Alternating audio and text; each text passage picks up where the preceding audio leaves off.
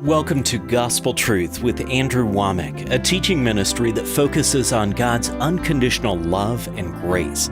He's helped me to be transformed into the image of God, which is God's purpose for my life. I have the faith now to be able to stand through anything that I go through. I know that I'm going to come out victorious on the other side because of what I've learned through this ministry. और अब Andrew वोमैक के द्वारा आज का संदेश सुने। Gospel truth में आपका स्वागत है। परमेश्वर से परिपूर्ण रहने की कुंजी खोजने पर मेरी शिक्षा का आज दूसरा सप्ताह समाप्त हो रहा है। यही कहूंगा कि ये अद्भुत शिक्षा है। मुझे बहुत आशीष मिली है क्योंकि परमेश्वर ने इसका उपयोग मेरे जीवन में बड़े पैमाने पर किया है और मैं चाहता हूं कि आप इन सच्चाइयों से अवगत हो जाएं। इसलिए वास्तव में मैं ये पुस्तक आपको दे रहा हूं। ये 200 से अधिक पन्नों की पुस्तक है और इसके डाक शुल्क और हर चीज का भुगतान हम करेंगे। मैं बस चाहता हूं कि आप इसे प्राप्त करें। शायद पुस्तक के कवर या इसके शीर्षक के कारण इसकी मांग मेरे पास सबसे कम रही है। पता नहीं हमने इसका ठीक से प्रचार किया है कि नहीं, लेकिन वादा है इसमें कुछ ऐसा है जिसकी हर एक व्यक्ति को आवश्यकता है और मैं इसे आपको निःशुल्क उपलब्ध करा रहा हूं। हमारे पास पैकेज ऑफर भी है जहां हम अध्ययन गाइड सीडी या डीवीडी की पेशकश कर रहे हैं, जिस बारे में हम आज कार्यक्रम के अंत में घोषणा करेंगे। मैं आज रोमियो अध्याय 1 पद 21 से पढ़ूंगा। लिखा है कि इस कारण कि परमेश्वर को जानने पर भी उन्होंने परमेश्वर के योग्य बड़ाई और धन्यवाद न किया, परंतु व्यर्थ विचार करने लगे, यहाँ तक कि उनका निर्बुद्धि मन अंधेर हो गया। और यह जिस बारे में बात कर रहा है वो यह है कि किसी के अंदर परमेश्वर का सहज ज्ञान होता है, लेकिन आप अपने आप को इसके प्रति अचेत नहीं कर सकते, आप उससे दूर हो सकते हैं। और यह सच केवल हमारे अंगीकार के बारे में नहीं है कि परमेश्वर का अस्तित्व है। यह सहज ज्ञान है कि परमेश्वर का अस्तित्व है, लेकिन यदि परमेश्वर ने कभी आपके जीवन को छुआ है तो आप स्वयं को उसके प्रति अचेत कर सकते हैं। परमेश्वर ने जो किया है उसे आप सीमित कर सकते हैं। आप अपने लिए परमेश्वर के प्रेम, उसके विचार, समृद्धि या किसी भी चीज के प्रभाव को सीमित कर सकते हैं। तो मैं जो कर रहा हूँ वो ऐसे कदम है जो लोगों को परमेश्वर से दूर ले जाते हैं, और यह कह रहा हूँ ये प्रगतिशील चीजें हैं। यदि आप उन चीजों को करने से इनकार करते हैं और ठीक इसके विपरीत करते हैं, तो परमेश्वर ने जो आपके जीवन में किया है उसे आप ताजा, जीवंत और कार्यशील रख सकते हैं। और मेरी व्यक्तिगत गवाही ये है कि परमेश्वर ने 1967 में मेरे जीवन को मौलिक रूप से बदल दिया था, और उस समय से मैं आपको निश्चित रूप से कह सकता हूं कि मैं मजबूत होता गया, कमजोर नहीं। मैंने परमेश्वर की बातों को नहीं छोड़ा। मैं बताना चाहूंगा कि पिछले हफ्ते ही मैंने एक व्यक्ति से बात की। वह एक सामर्थी सेवक है। मेरा आशय उनकी आलोचना करना नहीं है, मैं उनका नाम नहीं लेने जा रहा हूं, लेकिन मैं उनके साथ एक सम्मेलन कर रहा था और उन्होंने उठकर बताया कि वो कैसे अब शुष्क हो गए हैं। उन्होंने ढेर सारी किताबें लिखी हैं। वो एक बहुत ही जाने माने सेवक हैं। उन्होंने बताया कि वह कैसे शुष्क हो गए हैं और ऐसी अवस्था में पहुंच गए थे जहां उन्हें परमेश्वर का आनंद नहीं मिल रहा था, जबकि वह एक सेवा संभाल रहे थे। वह एक होटल में ठहरे हुए थे और होटल की 13वीं मंजिल पर थे और बाहर बालकनी पर खड़े थे। उन्होंने बताया कि उन्होंने वास्तव में खुद को बालकनी से फेंक कर आत्महत्या करने के बारे में सोचा था, क्योंकि वो बहुत शुष्क हो गए थे। वो लोगों के सामने ये सब कबूल कर रहे थे और फिर उन्होंने बताया कि मैंने बस इतना कहा, परमेश्वर मुझे एक ताजा स्पर्श की जरूरत है, और परमेश्वर ने उन्हें फिर से भर दिया। और वह परमेश्वर से इतना भर गए कि वह यह कह रहे थे कि आपको एक ताजा स्पर्श की आवश्यकता है। उन्होंने कहा, आप में से भी जो लोग महसूस करते हैं कि आपको प्रभु से ताजा स्पर्श की आवश्यकता है, वो अभी यहाँ आगे आ जाएं। और इस सम्मेलन में लगभग 2000 लोग होंगे। मैंने मुड़कर तो नहीं देखा, लेकिन मैं बता सकता हूँ कि मैं ही एकमात्र व्यक्ति था जो वहां आगे तक नहीं गया था। अब क्या मैं किसी ऐसे व्यक्ति की आलोचना कर रहा हूं जो शुष्क हो चुका है और कहता है कि हे परमेश्वर, मुझे एक ताजा स्पर्श की आवश्यकता है? प्रेरितों की पुस्तक का 4था अध्याय। वो फिर से पवित्र आत्मा से भर गए। तो हाँ, ऐसा हो सकता है, लेकिन मैं कह रहा हूं कि 2000 सेवक जो ये स्वीकार कर लें और कहें कि हाँ, मैं खाली हूं और मैं सूखा हूं और मुझे परमेश्वर से एक ताजा स्पर्श की जरूरत है। मुझे नहीं लगता कि यह सामान्य है। यह परमेश्वर की इच्छा के अनुरूप नहीं है। उसने कहा कि तुम कभी भूखे ना होगे। एक बार उसके पास आने के बाद आप फिर कभी प्यासे ना होगे। आप इस तरह से आगे बढ़ सकते हैं कि सदैव प्रोत्साहित रहें। आपको इन उतार चढ़ाव, पर्वत, चोटी और घाटी वादी से होकर ना गुजरना पड़े। आप पूरी स्थिरता में परमेश्वर के साथ चल सकते हैं, लेकिन कुछ बातों का ध्यान रखना होगा। कौन सी बातों का? आप परमेश्वर की महिमा करें। मैं पूरा एक सप्ताह ये दोहराता रहा हूँ। इसका अर्थ है परमेश्वर ने जो कुछ किया है उसे महत्व दें, उसे भाव दें, उसे बढ़ावा दें। नकारात्मक को बढ़ावा मत दें, सकारात्मक को बढ़ावा दें। परमेश्वर की महिमा करें। यह ऊपर नीचे होने वाले झूले की तरह है। आप परमेश्वर को बढ़ाएंगे, बाकी सब अपेक्षाकृत कम होगा। जब आप दूसरों को बढ़ावा देना शुरू करते हैं, लोग क्या कहेंगे, कैसे आलोचना करेंगे, उनकी अस्वीकृति, आपकी आमदनी, आपकी नौकरी, शादी या कुछ भी जिसे आप बड़ा करते हैं, यह स्वचालित रूप से परमेश्वर के कामों की महिमा को कम कर देते हैं। इसलिए आप परमेश्वर की महिमा करें। फिर मैं धन्यवाद देने के विषय में बात कर रहा था। धन्यवाद देना उन तरीकों में से एक है जिसमें आप अपनी आध्यात्मिक नाड़ी की जांच करते हैं। जैसे आप विश्वास में दृढ़ होते जाते हैं। कुलुस्सियों 2:7 में लिखा है कि धन्यवाद देने से आप विश्वास में दृढ़ होते जाते हैं। यदि आप धन्यवाद देने में लौलीन नहीं रहते तो आपका विश्वास कमजोर है, आप बलहीन हैं। यदि आप उन चीजों की अभिव्यक्ति देख लेते हैं जिनके लिए आप विश्वास कर रहे थे, यदि आप 10 लाख रुपए के लिए विश्वास कर रहे थे और अचानक आप इसे बैंक खाते में जमा पाते हैं, तो निश्चित रूप से आपके मुंह से कुछ न कुछ धन्यवाद स्वरूप निकलेगा। आप किसी प्रकार का धन्यवाद दिए बिना जिस चीज के लिए विश्वास कर रहे हैं उसकी पूर्ति, उसकी अभिव्यक्ति की कल्पना कदापि नहीं कर सकते। यदि आप परमेश्वर को धन्यवाद नहीं दे पा रहे, चाहे कुछ पूरा होता हुआ देखें या नहीं, तो इसका अर्थ है आपका विश्वास अभी तक आपकी पूर्णता तक नहीं पहुंचा है। आपको विश्वास करना चाहिए जब आपने प्रार्थना की है तो आप प्राप्त करेंगे, मरकुस 11:24, ना कि जब आप उसे देखते हैं। यदि आपको विश्वास है तो आपके हृदय में धन्यवाद जरूर होगा। इसीलिए धन्यवाद देना हमारे जीवन में एक शक्तिशाली शक्ति है। इसलिए आप ये 2 काम करें। आप परमेश्वर की महिमा करें, आप उसे उचित मूल्य दें और उसने जो कहा है वो कर सकता है को बढ़ाएं, और फिर नकारात्मक को महत्व देने के बजाय आप उसे धन्यवाद देकर बढ़ाएं। आप ये 2 काम करते हैं और ये बिल्कुल एक सुरक्षित दीवार की तरह है। इसमें सुरक्षा है। यदि आप यह काम करते हैं तो शैतान आपके पास आकर वो नहीं चुरा सकता जो परमेश्वर ने आपके जीवन में कार्य किया है। यहाँ लूका की पुस्तक के 17वें अध्याय में आपको इन कोड़ियों के बारे में यह पढ़कर सुनाना चाहता हूं जो परमेश्वर के पास आए और शुद्धिकरण की मांग की। लूका 17:12 वचन में लिखा है, और किसी गांव में प्रवेश करते समय उसे 10 कोढ़ी मिले और उन्होंने दूर खड़े होकर ऊंचे शब्द से कहा, हे यीशु, हे स्वामी, हम पर दया कर। उसने उन्हें देखकर कहा, जाओ और अपने आप को याजकों को दिखाओ। और जाते ही जाते वे शुद्ध हो गए। ये कितना अद्भुत है। वे बस अलौकिक रूप से ठीक हो गए थे। और पद 15 में ये लिखा है, उनमें से एक, याद रखें कि 10 कोढ़ी थे, तब उनमें से एक यह देखकर कि मैं चंगा हो गया हूँ, ऊंचे शब्द से परमेश्वर की बड़ाई करता हुआ लौटा और यीशु के पांवों पर मुंह के बल गिरकर उसका धन्यवाद करने लगा। और वह सामरी था। इस पर यीशु ने कहा, क्या 10 शुद्ध ना हुए?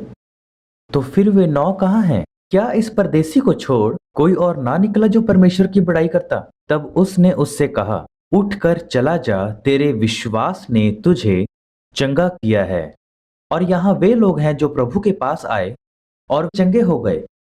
मेरा मतलब है, बाकी आप जानते हैं, हम इस पर और बात कर सकते हैं, लेकिन उन दिनों में कुष्ठ रोग बहुत संक्रामक था। पुराने नियम में कानून थे जो कहते थे कि उन्हें कैसे समाज से पूरी तरह अलग थलग रखा जाए। आपने ये जरूर देखा होगा कि बेनहूर में किस तरह से कुष्ठ रोगियों का इलाज किया जाता था उनकी कॉलोनियों में, और उन्हें सबसे दूर रखा जाता था। जब वे लोगों के बीच में आते थे तो उन्हें काफी दूर रहना पड़ता था। यही कारण है कि वे दूर खड़े हो गए और ऊंचे शब्द से कहने लगे, क्योंकि वे उसके पास नहीं आ सकते थे, अन्यथा लोग उन पर पथराव करने लगते। आप कोविड-19 के समय में देख चुके हैं कि कैसे आपके पास मास्क और इस तरह की सामग्री का होना कितना आवश्यक था। यह सब उन कुष्ठ रोगियों के बहिष्कार की तुलना में कुछ भी नहीं है। वो बहिष्कृत थे। न केवल वो शारीरिक रूप से पीड़ित थे, बल्कि सामाजिक रूप से भी पीड़ित थे। अपने परिवारों से कटे हुए थे। यह बिल्कुल वैसा ही था जैसे आप जीवित होते हुए भी मर गए हों। यह एक भयानक स्थिति थी। उन्होंने मदद के लिए यीशु को पुकारा। उसने कहा, जाओ और याजकों को दिखाओ। और जैसे ही वे मुड़े तो जाते जाते ही वो पूरी तरह से चंगे हो गए। विचार करें, इन 10 कोढ़ियों ने कैसा महसूस किया होगा। वे परिवारों में वापस जा सकते थे, कामों पर वापस जा सकते थे, वे समाज में वापस लौट सकते थे। उनके जीवन की दशा बदल गई थी। क्या बढ़िया उपहार था। और फिर भी जो 10 आदमी चंगे हुए थे, उनमें से केवल एक ही धन्यवाद देने वापस लौटा और यीशु के पांवों पर मुंह के बल गिरकर उसका धन्यवाद करने लगा। इस पर यीशु ने कहा, क्या 10 शुद्ध ना हुए? और देखो, केवल एक ही वापस आया है। वो एक परदेसी था, वो एक सामरी था, और सामरी लोग बहिष्कृत लोग थे। यहूदियों का इन सामरियों से कोई लेना देना नहीं था। तो भी ये व्यक्ति जो बहिष्कृत था वह उन यहूदियों से भी अधिक आभारी था जो चंगे हुए थे। परमेश्वर के अपने लोग और सुनिए उसने क्या कहा। तब उसने उससे कहा, उठकर चला जा, तेरे विश्वास ने तुझे चंगा किया है। क्या आप जानते हैं कि सभी कोढ़ी शुद्ध हो गए थे, लेकिन उनमें से सभी संपूर्ण अवस्था में नहीं पहुंचे थे। अब इसका तात्पर्य शारीरिक या आत्मिक भी हो सकता है। कुष्ठ रोग के कारण उंगलियां या पैरों की उंगलियां भी नष्ट हो सकती हैं। लोगों के शरीर के हिस्से सड़कर सचमुच गिर जाते हैं। इस प्रकार प्रत्येक कोढ़ी शुद्ध हो गया था। इसका अर्थ कदापि यह नहीं है कि उनकी उंगलियां या पैरों की उंगलियां या अन्य शरीर के हिस्से जो नष्ट हो गए थे निरोगी हो गए थे। यह कोढ़ी, क्योंकि उसने धन्यवाद दिया, संपूर्ण हो गया था। मेरा मानना है कि अगर उसने अपनी उंगलियां खो दी थी तो वो वापस आ गई। यह आश्चर्यजनक है। मेरा मानना है कि वहां आध्यात्मिक संपूर्णता भी हुई, कि वह सब चंगे हुए। इसका अर्थ यह नहीं था कि उन सब का परमेश्वर के साथ अच्छा रिश्ता बन गया था। शारीरिक रूप से स्वस्थ होना महत्वपूर्ण है, लेकिन इन सब से महत्वपूर्ण आध्यात्मिक चीजें हैं। और यह आदमी, क्योंकि इसने धन्यवाद दिया, यीशु ने कहा तू संपूर्ण हो गया है। उसका शरीर संपूर्ण बन गया, उसकी भावनाएं, उसका आध्यात्मिक मनुष्य पूर्ण बन गया। ये तो कमाल है। यीशु ने इसे विशेष रूप से इस तथ्य से जोड़ा कि वह वापस लौटा और धन्यवाद दिया। मैं कहना चाहता हूं कि धन्यवाद रहित होना उस व्यक्ति का लक्ष्य है जो परमेश्वर के विषय में नहीं सोचता, दूसरों के विषय में नहीं सोचता। वह सबसे बढ़कर स्वयं से प्रेम करता है। आप जानते हैं, दरअसल यह लक्षण आपके जीवन में घमंड का संकेत है। याकूब अध्याय 4 और पहला पतरस अध्याय 5 में पवित्र शास्त्र कहता है, जो मूल रूप से एक ही कथन है, परमेश्वर अभिमानियों का विरोध करता है परंतु नम्र पर अनुग्रह करता है। इसीलिए परमेश्वर के बलवंत हाथ के नीचे दीनता से रहो। फिर लिखा है, अपनी सारी चिंता उसी पर डाल दो। क्या आप जानते हैं कि सारी चिंता प्रभु पर डाल देना ही दीनता है? जब आप अभी भी अपनी समस्याओं और जिम्मेदारियों को ढो रहे हैं और उसका बोझ आप पर है और आप रात भर जाग रहे हैं और सो नहीं पा रहे हैं क्योंकि आप चिंतित हैं और आप चीजों को सुलझाने की कोशिश कर रहे हैं, आपको ऐसा महसूस हो रहा है इस समस्या को हल करने के लिए कुछ ना कुछ करना होगा, तो आपने अपनी चिंता प्रभु पर नहीं डाली है। ये घमंड का लक्षण है। और धन्यवाद देना आपको विनम्र बनाता है। यह आपको मजबूर कर देता है, हे परमेश्वर, ये मेरे बस से बाहर है। अभी हमारी सेवकाई जबरदस्त रूप से विकसित हो रही है। परमेश्वर ने वास्तव में हमें आशीष दी है और ठीक अभी हमें अपने बिलों का भुगतान करने के लिए प्रति माह लगभग $7 अरब की आवश्यकता है, यानी लगभग 9 से 10 हजार डॉलर प्रति घंटा। दिन के 24 घंटे, सप्ताह के 7 दिन, वर्ष के 365 दिन। और अगर मैं इस पर ध्यान केंद्रित कर दूं और यह महसूस करूं कि यह मेरी जिम्मेदारी है और परमेश्वर मुझे यह करना ही होगा, तो मैं आपको निश्चित रूप से कह सकता हूं कि ये विचार मुझे तबाह कर देगा। सुनिए, यह मेरी पहुंच से आगे निकल चुका है। मैं इस चिंता को प्रभु पर डाले बिना नहीं रह सकता हूं। हमारी सेवकाई के पूर्व CEO पॉल मिल्गन थे। वह मेरे बहुत अच्छे मित्र थे और वो हमारे लिए बहुत बड़ी आशीष का कारण थे। अब उनकी जगह बिली एपरहार्ट ने ले ली है, जिसे उन्होंने स्वयं लाकर मुझसे मिलवाया था। लेकिन जब पॉल मिल्गन हमारे सेवकाई के CEO थे तो उन्होंने 16 संस्थाएं शुरू की और उनके पास आगामी 2 साल तक का आर्थिक प्रबंध था। उन्होंने ऐसे ही अपना व्यवसाय संचालित किया था और व्यापारिक दुनिया में ऐसा करना वास्तव में एक अच्छा तरीका है। मैं इसे गलत नहीं ठहराता, लेकिन ये कभी मेरे काम करने का तरीका नहीं रहा। मैं बस भरोसा करता हूँ, चिंता उस पर डालता हूँ और वो अलौकिक रूप से मेरी देखभाल करता है। हम किसी और पर निर्भर नहीं हुए, अपने सभी बिलों का भुगतान समय पर करते हैं। यहाँ बाइबल कॉलेज में $13 करोड़ मूल्य की सुविधाओं का भुगतान किया गया है। जो भी हो, इसे सामने लाने में मेरा अभिप्राय यह है कि पॉल मिल्गन हमारी सेवकाई संभालने के कुछ ही समय बाद मेरे पास आए और उन्होंने कहा, एंड्रयू, हमारे पास मात्र 12 घंटे की कार्यशील पूंजी शेष है। 12 घंटे में हम कंगाल हो जाएंगे। वो यूं जता रहे थे जैसे ये कोई भयानक बात थी और मैंने यूं जताया जैसे, ठीक है, प्रभु की स्तुति हो, हमारे पास 12 घंटे हैं और हम कंगाल नहीं हुए हैं। वो लगभग गिरने ही वाले थे। आप ऐसा कैसे सोच सकते हैं? मैंने कहा, दोस्त, मैं केवल सकारात्मकता को बढ़ावा दे रहा हूँ, नकारात्मकता को नहीं। क्या आप जानते हैं, परमेश्वर ने अपना काम किया। पॉल आपको यह बताने वाले पहले व्यक्ति होंगे कि भले ही वास्तव में वह 12 घंटे का समय कठिन था, परंतु हम कंगाल नहीं हुए। हम उन सभी बिलों का भुगतान करने में सक्षम थे। इसकी वजह थी कि मैं परमेश्वर का धन्यवाद देता रहा। मुझे याद था उसने अतीत में हमारे लिए क्या क्या किया था। सुनिए, मैं सेवकाई में हमेशा ऐसा नहीं था।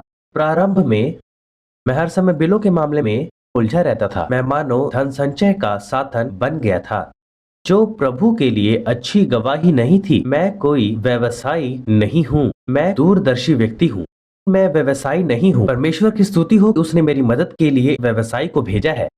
लेकिन आरंभ में हमारे सामने बहुत समस्याएं थी। हम अपना कर्ज और ऋण नहीं चुका पा रहे थे और वास्तव में एक बोर्ड की बैठक मेरे घर पर हुई। यह शायद 30 या 40 साल पहले की बात है।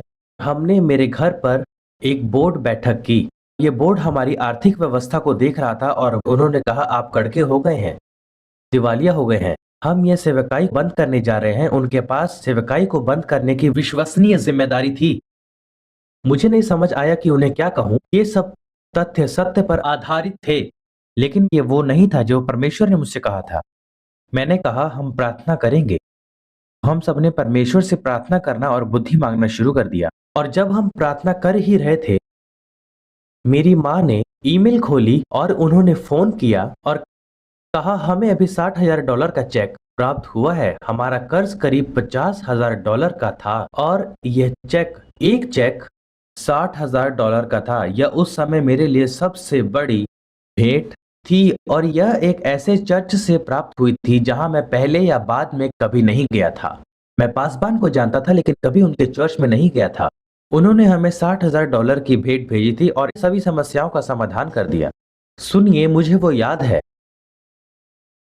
मैं इन चीजों के बारे में सोचता हूँ। इस वजह से जब मैं अब किसी समस्या में आता हूँ तो मेरा मतलब है कि उस समय $60,000 हमारे लिए लगभग आधे साल की आय थी। हमारी स्थिति ऐसी थी। अब चाहे हमारी जिम्मेदारी और हमारी जरूरतें बढ़ गई हैं, मैं आज भी परमेश्वर की उस विश्वास योग्यता याद करता हूँ और इससे मुझे अपना ध्यान केंद्रित रखने और महसूस करने में मदद मिलती है कि परमेश्वर विश्वास योग्य है। सुनिए, एक व्यक्ति थे जो मेरे लिए एक मार्गदर्शक की तरह थे। सीधे तौर पर तो नहीं, परंतु हाँ, प्रत्यक्ष तौर पर, जो ने वास्तव में मेरे जीवन में एक प्रभावशाली व्यक्ति थे। और फिर बस कुछ घटनाएं हुई और कुछ समय के लिए जॉय और मेरा संबंध विच्छेद हो गया और हमने फिर से प्रयास किया और परमेश्वर ने रिश्ते बहाल किए। वह लौट आए। उन्होंने कुछ समय के लिए सेवकाई भी त्याग दी थी, तो मैंने उन्हें मीटिंग में चलने के लिए फिनिक्स एरिजोना चलने की दावत दी। मैं बहुत उत्साहित था कि जिन्होंने वास्तव में मेरे जीवन को प्रभावित किया मेरे साथ सेवकाई के लिए चलेंगे। वह दिन में प्रचार करते और मैं रात में प्रचार करता था और पूरी दोपहर हम घूमने के लिए निकल जाते, आपस में बातचीत करते और अभ्यास करते थे। मुझे याद था कि यह आदमी घोर पापी था, एक ऐसा व्यक्ति जो पूरी तरह से परमेश्वर के विरुद्ध था। उसके पास परमेश्वर के लिए समय नहीं था और आश्चर्यचकित ढंग से बचाया गया और स्वर्ग में पहुंच गया था। उन्होंने इन जीवित प्राणियों को तब देखा जब हम अभी भी बैप्टिस्ट चर्च में थे। उन्होंने कभी बाइबल नहीं पढ़ी थी, इसलिए उन्होंने जो कुछ देखा उसके आधार पर वो ये बातें नहीं कह रहे थे। उन्हें इसका अनुभव तब हुआ जब वह स्वर्ग में पहुंचे और इन जंतुओं को देखा। एक का चेहरा मानो पक्षी जैसा और दूसरा चेहरा बैल जैसा था। मैंने प्रकाशित वाक्य की पुस्तक से उन्हें दिखाया और कहा, जॉय, तुम इन जीवित प्राणियों को देख रहे थे जो स्वर्ग में हैं। उन्होंने ऐसा पहले कभी नहीं देखा था। मैं उन्हें ये सब याद दिला रहा था, उस घटना के बारे में बता रहा था जब एक रात हवा बहने लगी और हमारी मेज पर रखी एक छोटी सी मोमबत्ती जल रही थी और हवा इतनी तेज थी कि पर्दा उड़ रहा था और फिर भी मोमबत्ती नहीं टिमटिमाई। यह अलौकिक और भयानक था। मैं तो घबरा ही गया था। मुझे जरा भी अंदाजा नहीं था कि क्या हो रहा है। मैंने बस इन सब अतीत की घटनाओं को याद करना शुरू कर दिया और इसके कुछ दिनों बाद आखिरकार जॉय ने मुझे रोका और उन्होंने कहा, रुको, मैं और बर्दाश्त नहीं कर सकता। मैंने कहा, क्या बात है? उन्होंने कहा कि तुम्हें मेरे बारे में वो बातें याद हैं जो मुझे भी याद नहीं। वो बोले, मुझे वो समय याद नहीं जब मैं स्वर्ग में पहुंच गया था। मुझे याद नहीं है कि मैंने वो चीजें कब देखी। मुझे ये भी याद नहीं है कि हवा कब चल रही थी और वो सारी बातें। और यह एक कारण है कि कुछ समय के लिए जो प्रभु से दूर हो गया, पाप में पड़ गया, सेवकाई से बाहर हो गया, परमेश्वर ने उसे बहाल किया। वो लौट आया और परमेश्वर की महिमा की। हमारा रिश्ता बहाल हुआ और हम एक दूसरे से प्रेम करते थे। जो 2020 में प्रभु के पास चला गया। मैंने उसका अंतिम संस्कार किया और वो अब प्रभु के पास है।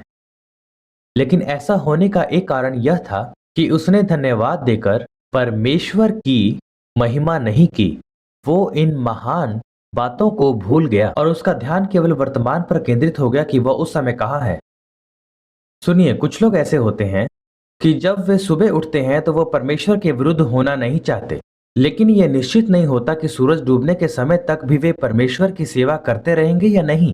वे बस यही आशा करते हैं कि शैतान बाधा ना खड़ी करे, उसके रास्ते में कोई व्यक्ति या विघन ना डाले, लेकिन उसके पास इसका कोई आश्वासन नहीं होता। मेरे पास परमेश्वर के साथ बिताए 54 वर्ष का इतिहास है, जिसका मैं लगातार अभ्यास करता रहता हूँ। बहुत ही कम दिन होंगे, शायद कुछ ही दिन होंगे, आप एक हाथ पर या निश्चित रूप से अपनी सभी उंगलियों या पैरों की उंगलियों पर गिन सकते हैं, जब मैंने अपने जीवन में इन प्रमुख मील के पत्थरों में से कुछ के लिए परमेश्वर को धन्यवाद नहीं दिया हो। मैं अतीत में जाकर दैनिक आधार पर उसके कामों को याद करता हूं और इस कारण जब मैं सुबह उठता हूं तो अगर शैतान मुझे परमेश्वर के विरुद्ध करने के लिए जीवन में कुछ योजना बनाने की कोशिश करता है तो मैं ऐसा नहीं कर पाता। मुझे 54 वर्षों से उस परमेश्वर की तलाश है जो मेरे अंदर वास्तविक जीवन और सक्रिय है, और मैं उससे विमुख नहीं हो सकता। यदि आप 1 घंटे में 1000 मील की गति से जा रहे हैं तो आप यू टर्न नहीं ले सकते, थोड़ी दूर तक तो नहीं, लेकिन यदि आप मुश्किल से ही आगे बढ़ रहे हैं तो संभव है कि आप घूम सकते हैं और यू टर्न ले सकते हैं, लेकिन आप गतिमान हो सकते हैं, और ऐसा होने का एक तरीका धन्यवाद देना है। जब आप परमेश्वर को धन्यवाद देते हैं तो उसकी भलाइयों का वर्णन करते हैं जो परमेश्वर ने आपके साथ की हैं। कुछ लोग जब सुबह उठते हैं तो मंद बुद्धि की तरह होते हैं। उनकी प्रत्येक सुबह एक नई दुनिया होती है। कल के वाक्य उन्हें याद नहीं रहते, वो बस आज होने वाली घटनाओं पर केंद्रित रहते हैं। मैंने कोलोराडो सरकार पर मुकदमा दायर किया जब उन्होंने हम पर ये सब प्रतिबंध लगाने की कोशिश की। ये कोविड प्रतिबंध ये अवैध था और मैंने उन पर 2 बार मुकदमा दायर किया। उन्होंने भी मुझ पर मुकदमा दायर किया और मुझे गिरफ्तार करने की धमकी दी और लोग मुझे पीछे हटने के लिए कहने लगे, लेकिन यह मुझसे नहीं हुआ। मैं ऐसा सिर्फ इसलिए नहीं कर सका क्योंकि मेरे इतने वर्ष प्रभु की सेवा करने के योग्य थे और वो दूर नहीं थे। यह वास्तविकता कोई दशकों दूर नहीं थी। वह दिन भी मेरे लिए वास्तविक था, उसके बिना कल भी मेरे लिए वास्तविक था। मैं अतीत में जाकर इन जय और उन सभी कामों का वर्णन करता हूँ जो परमेश्वर पिछले 54 वर्षों से मेरे जीवन में कर रहा है, मानो वो आज हुई है।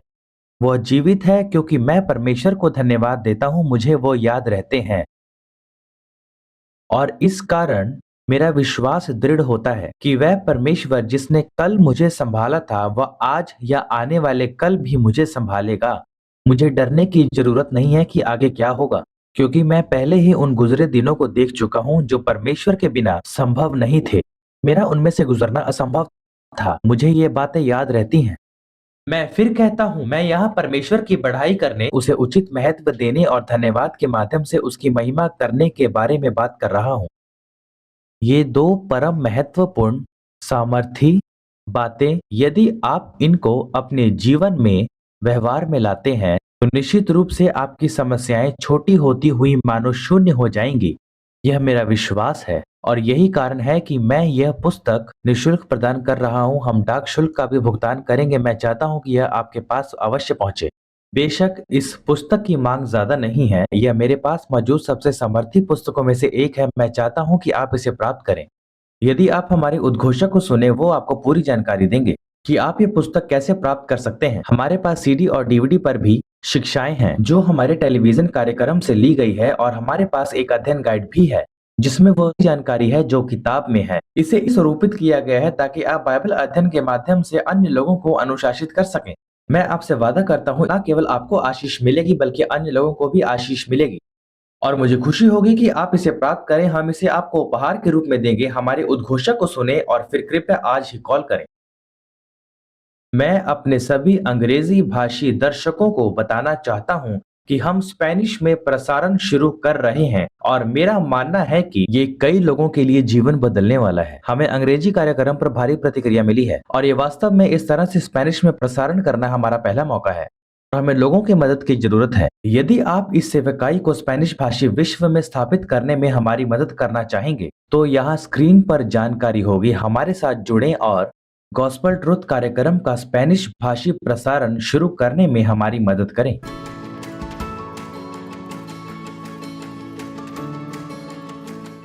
Learn the essentials to having a strong relationship with God when you get Andrew's teaching, Discover the Keys to Staying Full of God.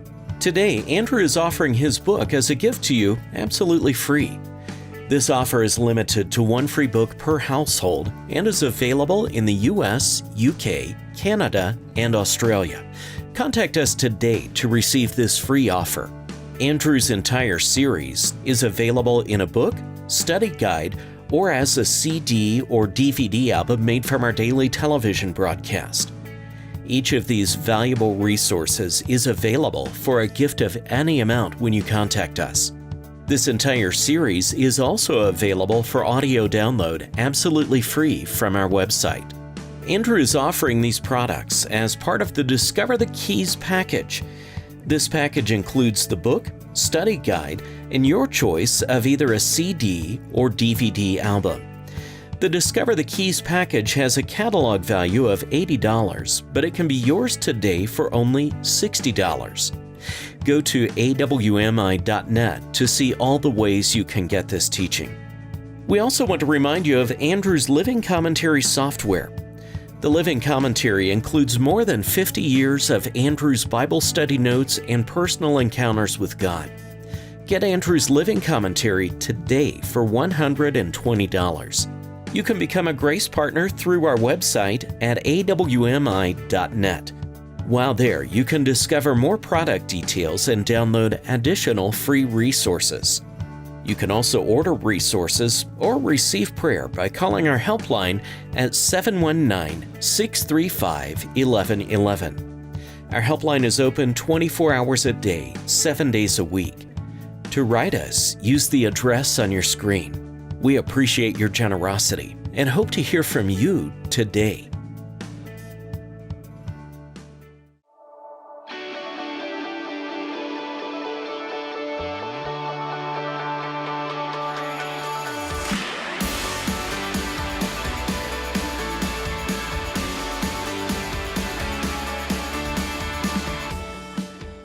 I tell you, I'm excited. God is going to do something special during these meetings. God has put such a compassion in Andrew's heart to teach the truth. I'm telling you, in the Spirit, you've got more power than the devil, more power than cancer, more power than poverty, more power than depression. You've got whatever it is that you need. We love it because we're here and we're enjoying it, we're seeing it, and it's making a difference thanks to people like Andrew Wommack. Andrew's teaching and the love that he has for God's Word and truth. It is the gospel truth. I want to let you know that when you support Andrew Wommack Ministries, that we also support a lot of other ministries. We actually started the Springs Rescue Mission that is now the largest distributor of food and clothing and furniture in all of Colorado Springs. We've got ministries to orphans. We've got ministries to children that have been caught in the sex trade. We support pregnancy centers, have actually lowered the abortion rate in Colorado to one of the lowest in the nation. And there's just a lot of things we do. So when you support here, you are helping us reach people all over the world.